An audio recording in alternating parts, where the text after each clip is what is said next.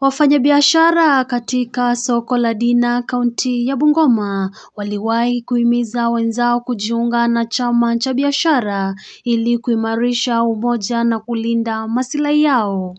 Na sisi our aim ya kuanzisha hii umoja ya soko ya chama ni kwamba hatutaki kuwa na mambo ambayo ni ya ukabila.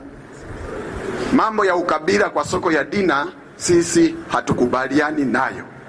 Ukiwa Mkikuyu, ukiwa Mjaluo, ukiwa Mkisii, wewe ni mwanachama wa soko ya Dina.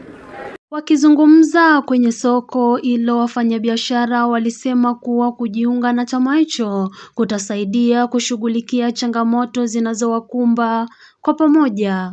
Yaani tumeona ya kwamba watu kukaa tu kuja kufanya business, wengine hawana chama, tukasema ya kwamba kila watu wajiunge na chama wa grupu, ili hii grupu wakati wanamwakania pesa, hii pesa inasaidia mwanachama ama hilo grupu anapeleka shule mwanafunzi, anaenda lipa school fees, kuliko angojenge tu mwanasiasa atakuja siku gani amsaidie, ama waende kwa CDF waanze kuapply.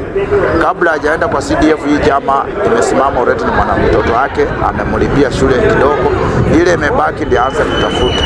Na kwa hii miaka tumekuwa wengi wa hii chama, wengine wamenunua mashamba, wengine wameanza biashara hapa Dina. Tumeona watu wakiendelea. Walisisitiza kuwa umoja wao utakuwa nguzo muhimu katika kuboresha mazingira ya biashara na kuhakikisha sauti zao zinasikika kwa viongozi husika.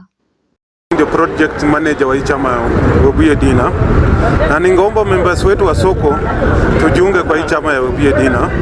Tuko na project yenye tunafanya, ningeomba wenye wako nje watuunge, tuingie kwa hii project.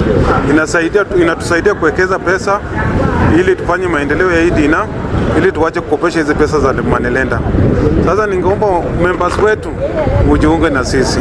Sasa tuko vikundi 25.